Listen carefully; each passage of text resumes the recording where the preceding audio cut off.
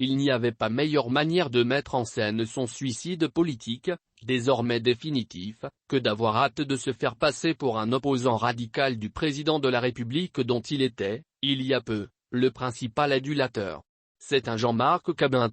isolé, seul au beau milieu de son palace 5 étoiles, casquette munior de couleur blanche bien vissée sur la tête, le torse bombé dans une chemise blanche maculée d'une cravate bleue, qui a essayé d'attirer vers sa personne l'attention du landerneau politique congolais ce lundi 18 juillet 2022, pendant que les Congolais n'avaient Dieu et d'ouïe que pour le début de l'épreuve de l'examen d'État organisé sur toute l'étendue du territoire national. Alors qu'on le croyait durablement inscrit à l'université du silence du sénateur à vie, Jean-Marc Cabin n'a pas contenu longtemps sa démangeaison verbale. Fidèle à l'incontinence discursive qui lui a valu par le passé un ménage difficile avec le parti présidentiel, Cabin avait pris soin d'annoncer 10 jours plus tôt sa conférence de presse dans l'espoir de créer le suspense et de tenir ainsi en haleine l'opinion nationale et internationale. Conscient de rejoindre un marigot de l'opposition dominé par des caïmans tels que Martin Fayulu, Adolphe Musito, Moïse Katumbi,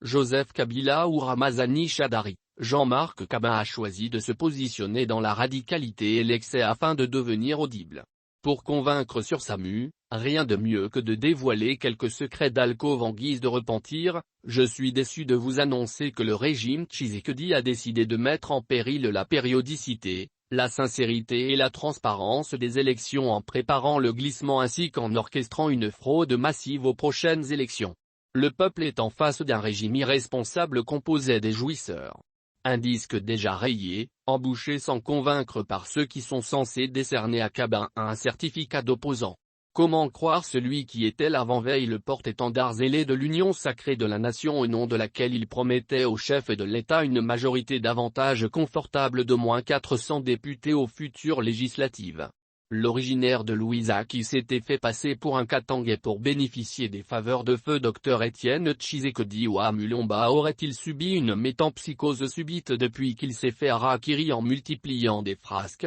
allant jusqu'à faire désarmer sur la voie publique un militaire de la garde présidentielle? Dans son propos contre-productif truffé de contre-vérités, tout porte à croire que Jean-Marc Cabin était à la recherche d'un incident pour faire sortir le pouvoir de sa retenue et s'attirer des foudres dans le but de gagner ses galons de nouvel opposant, en devenant un martyr souffre-douleur. Dans cette optique, il s'est efforcé de placer les mots plus haut les uns que les autres en instrumentalisant à fond l'invective. Plusieurs noms d'oiseaux ont fusé en direction d'un pouvoir dont il aura été l'un des principaux acteurs. Selon Cabin, depuis sa disgrâce qui ne date même pas de plus d'un semestre, ses compagnons de route seraient devenus, comme par enchantement, des minables jouisseurs, des irresponsables, des incompétents, des traîtres, etc.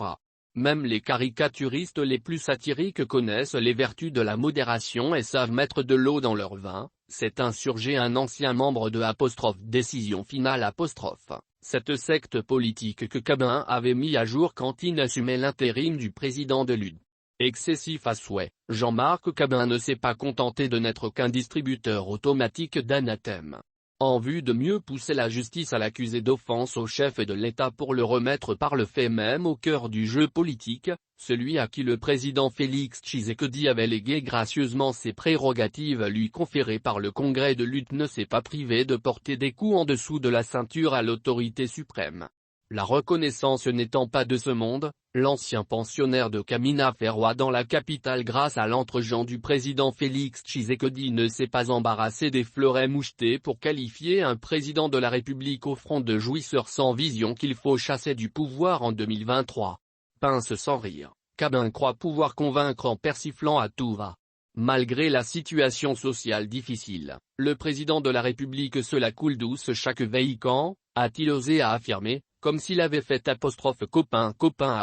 avec un chef de l'État en exercice qui aurait pris soin de l'inviter à 2 soirées arrosées en veille quand. La vérité est que diriger un pays où tout est prioritaire et relever plusieurs défis comme ceux de briser l'isolement diplomatique, d'implémenter la gratuité de l'enseignement de base, de construire des infrastructures innovantes, de lutter contre la corruption et le coulage des recettes, de lutter contre l'impunité ou d'organiser l'état de siège, n'est pas une sinécure. Comment celui qui occupe tout son temps à obtenir des résultats probants sur le terrain peut-il être suspecté de dilettantisme et se faire des soucis sur sa réélection d'or est déjà assuré. L'histoire de J.M. Cabin était trop belle pour être en mesure de résister à l'usure du temps. De Kamina où il militait au sein de la fédération de lutte du Katanga, jamais Cabin ne pouvait, y compris dans ses rêves les plus fous, escompter le destin qui a été le sien. Ayant réussi à dissimuler ses origines kasaïennes pour assurer son aura dans le microcosme katangais, il a ainsi abusé de la confiance du leader Maximo de lutte qui le catapulta aux plus hautes fonctions de secrétaire général du parti,